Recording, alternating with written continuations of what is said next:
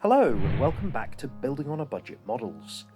I'm Thomas and this is the 1000 subscriber bench walk around, Q&A and giveaway. Oh, that's better. Right, let's have a look.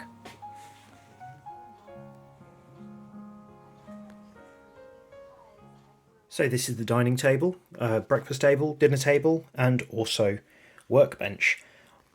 I'm really hoping that one day I will have a proper workspace, but that will just have to be sometime in the future. So I'll do a little bit of a tour. As you can see here, firstly I've got a work mat. It is very mucky because I should really protect it when I'm brush painting, but whatever. Then this is my toolbox. It opens up like this.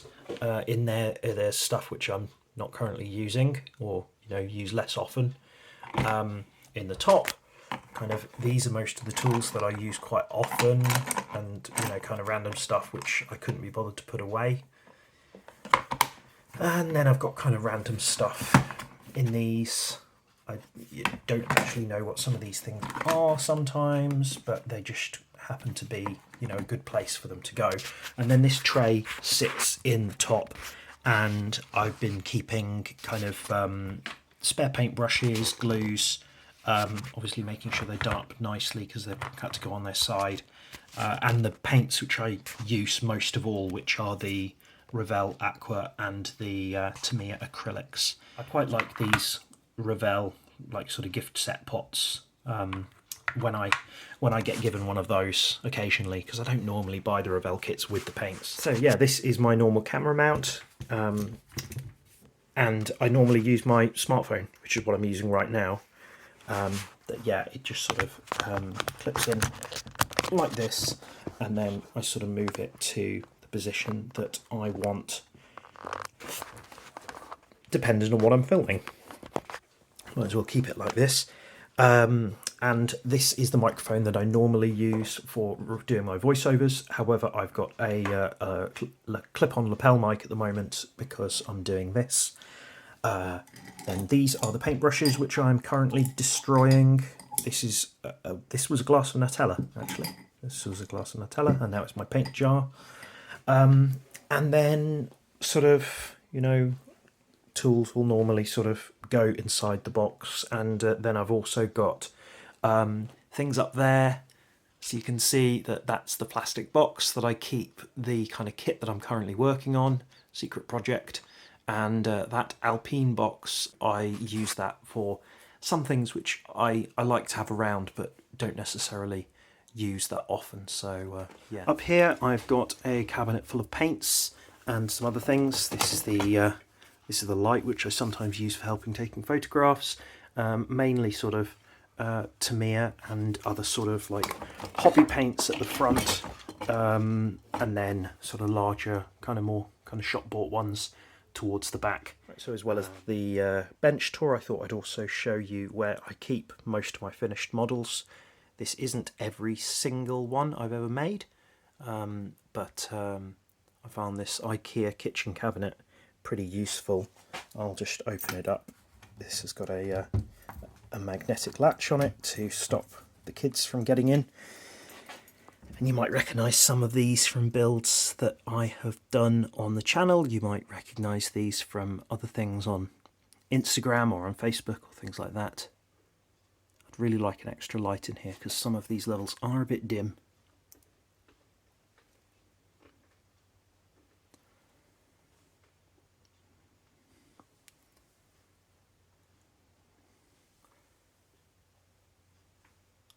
And also this top level is very crowded with 132 scale cars, some of which I think I need to put into storage.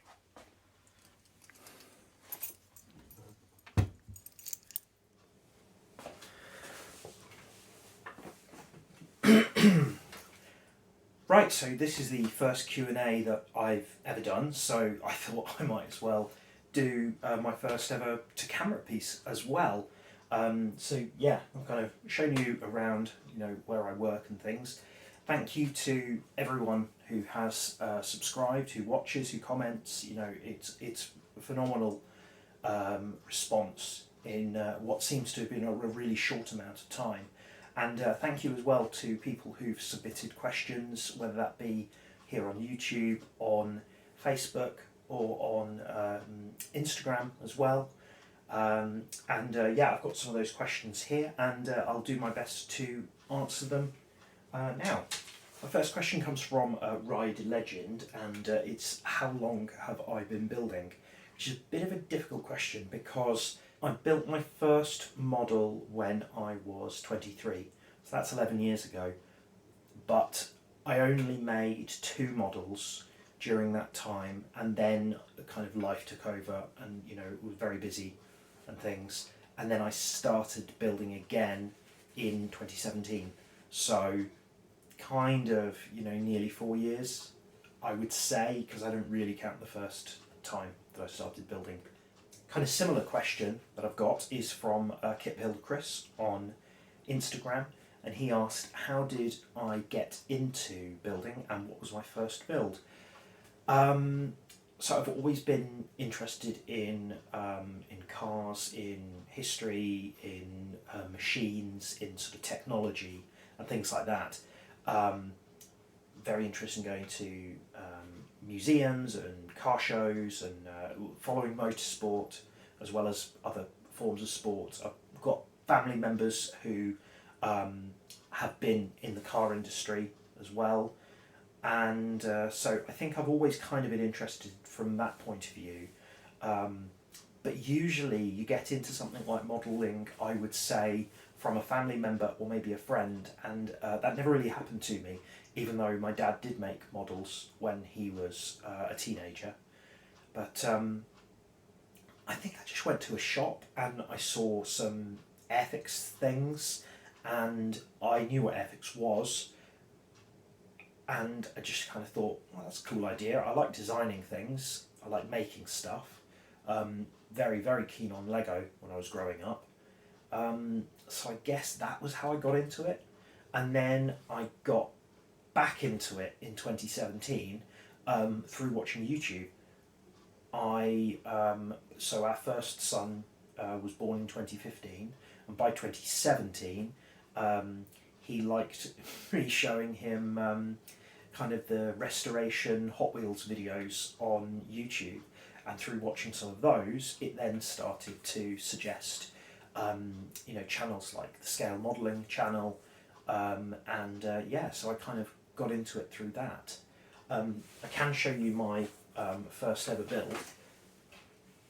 So my first ever build was this MGB.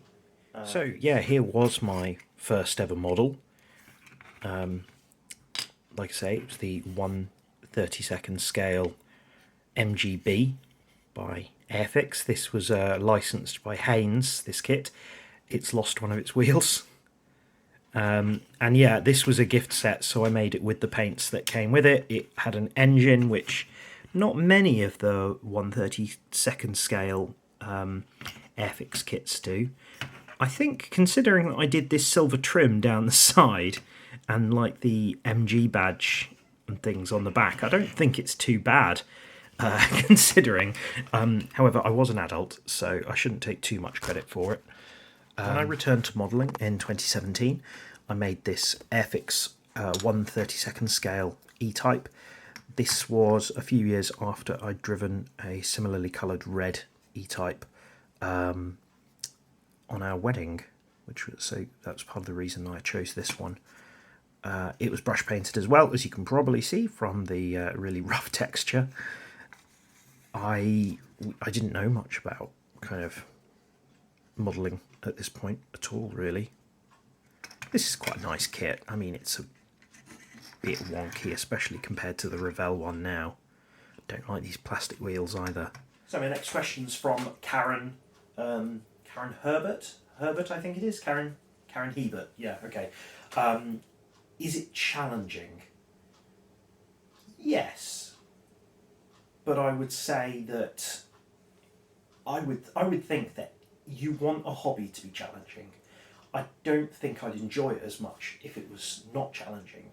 The other thing is that I think it's one of those things where personally, I mean, I've never entered a proper formal competition or anything like that. I feel like I'm challenging myself. challenging myself to be better. And one of the good things about, you know, kind of creating a channel, recording your own builds, and also taking photographs and things like that, is that you can think, okay, that was how I did before, this is how I'll do next time. It's quite interesting because obviously the E-type, which I showed before, I recently made an E-type. Very different scale, very different techniques were used, but that kind of shows the kind of progress and kind of how I'm happy with how I've developed in that way.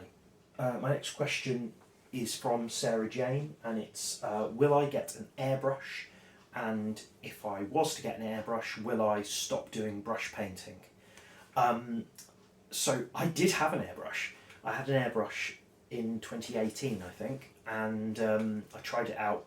It was a pretty cheap one that I got from Amazon, and I didn't really get on with it because I found that I could only use it outside, which meant I had to kind of feed a plug through the window, and I was really dependent on weather, and it was really, really time consuming, and I wasn't very good with it, and I broke it in the end. I would like to get one eventually, but that will probably require me getting a hobby room and a spray booth and things like that. I can show you what I first made though. This was the only airbrushed model that I made. You can certainly see this isn't perfect, especially as it looks like it's on an icy day because of the fogging on the windows. But I'm quite happy with the finish I got with the silver. But yeah, I think you can tell from this that I'd come. This was 2018, so I'd come on quite a bit from the E-type. But yeah, this was still. It put me off using the airbrush, and then, like I say, I broke it. So I went on to then using spray cans. I don't think I would stop brush painting, even if I got an airbrush. I do enjoy brush painting, and I think that I would probably find cleaning out the airbrush so annoying that I would want to do it as little as possible. So as much as I could still brush paint, I would still do, because I really like brush painting. In fact, some people have asked me to do a tips guide about brush painting, which I might do at some point. So yeah, there's a plan for the future. So my next question is from Robert Judson, and it's how long does it take to film, and sort of how much footage do I have when I'm doing a video build? So I'm going to kind of work backwards here, that normally my installments, I would say, you know, part 1, part 2, things like that, I normally try to keep them to about 10 minutes. When I'm editing from that, I normally end up with about 25 to 45 minutes worth of footage, depending on what I'm doing. What I've started to do, different to, like, if you go back to like my first ever videos, like the Renault R23, you'll see a lot of it's in time-lapse, and I don't really like doing it in time-lapse now, because what I was doing is I was just recording absolutely everything. Whereas what I like to do now is only turn on the camera when I'm recording something that I think I'm going to include. So maybe decal work, or the beginning of painting, or prep, or something like that. If I'm, you know, just painting the undercarriage, you know, matte black, then I'm probably not going to bother recording all of that. Part of that's due to necessity, because my old phone had very limited memory, and I started to learn to be a bit more frugal. So yeah, I would say I normally end up with about 40 to 20 minutes worth of footage, and I whittle it down to about 10 minutes. And then I normally try to, if I'm doing a full build video, I normally try to put that down into about 30 minutes.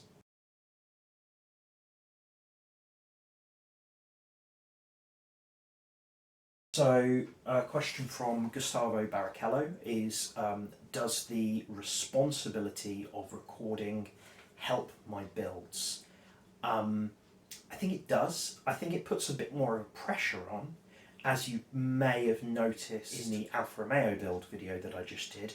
Obviously I made the mistake with the wire wheels, and I was really kind of kicking myself, thinking like, I've spent a really long time on making this, and I tried doing the wheels and they didn't work, and I thought like, do I leave it in the video or do I pretend it never happened? And I thought, no, you know what, I'll leave it in the video because I'll show that I tried it.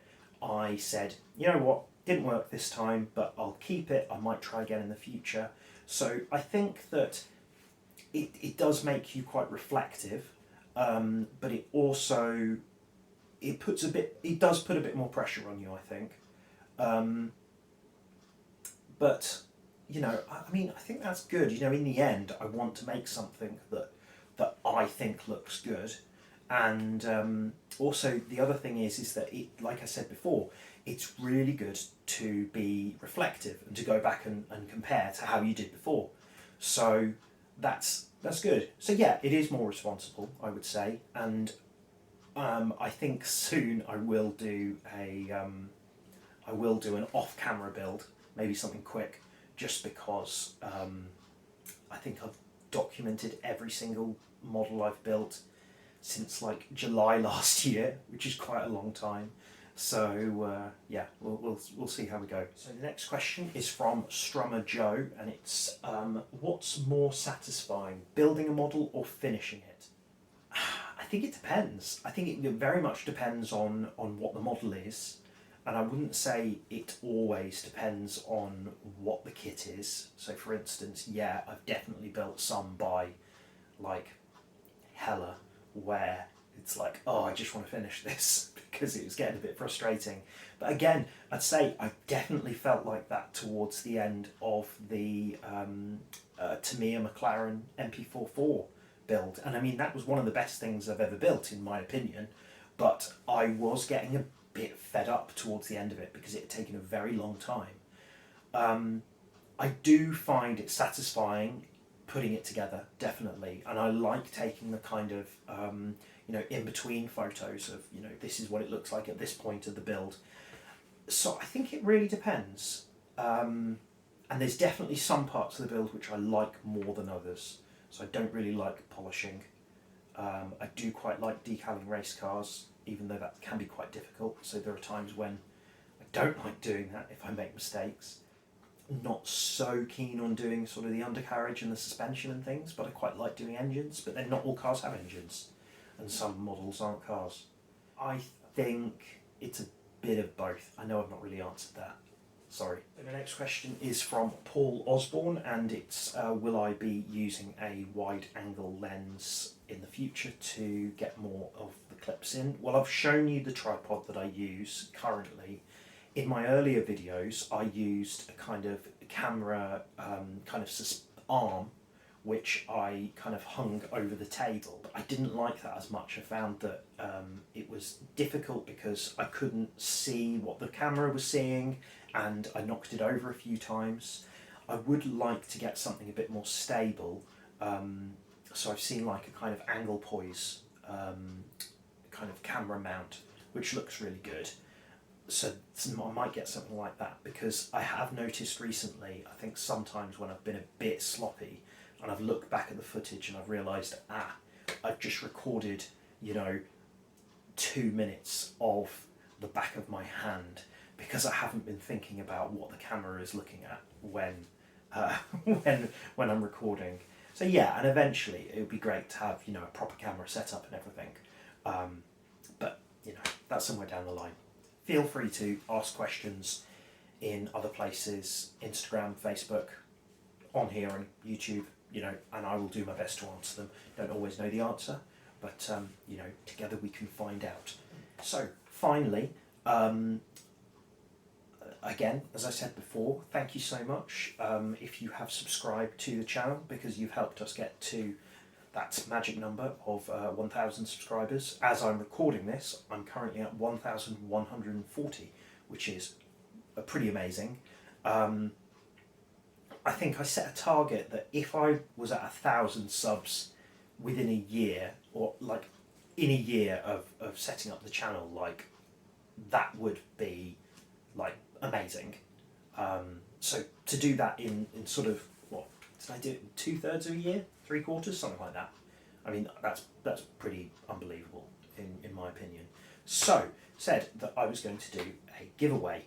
So if you'd like to enter the giveaway, please write in the comments I'm in, and then afterwards you can, you know, write whatever else it is you want to write.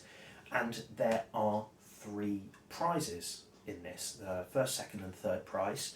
The third prize, it's not my laptop, it's the, because to be honest this laptop's rubbish, it's a Building on a Budget Models vinyl sticker. As you can see there, I have one on my workbench and one on my toolbox over here as well. So that will be the third prize. Second prize will be a very exclusive Building on a Budget Models mug. Not this one, because this one's in use. I've got one which has never been used. I'll have to box that up quite nicely to send it. Then the first prize is a £10 UMP gift voucher. That's Ultimate Modelling products. I'm going to give a month, I'll say, for this. I'm currently, well, let's say 31 days from whenever this video is published. It will be in the description. I'll write it in the video now. There. Okay, thanks. Thank you very much for watching, and good luck in the giveaway. See you soon.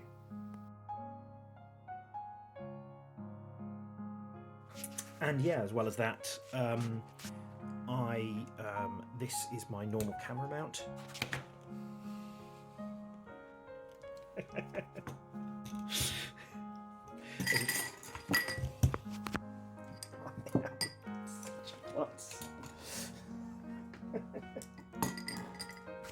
I might have to do an outtakes for this.